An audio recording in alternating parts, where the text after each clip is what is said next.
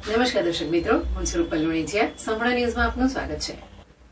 પાલનપુર અને અંબાજીમાં ઠેર ઠેર લગાવવામાં આવેલ સીસીટીવી કેમેરામાં ટ્રાફિકના નિયમોનો ભંગ કરતા વાહનોને ઈ મેમો આપવામાં આવી રહ્યો છે.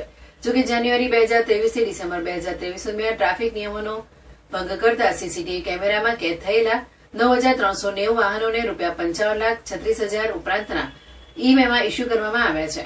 પાલનપુર અને અંબાજીમાં વાહન ચાલકો ટ્રાફિક નિયમોનું પાલન કરતા થાય તે માટે જાહેર વિસ્તારો અને માર્ગો પર 213 સીસીટીવી કેમેરા કાર્યરત છે, જેનું સંચાલન નેત્રમ દ્વારા કરવામાં આવી રહ્યું છે.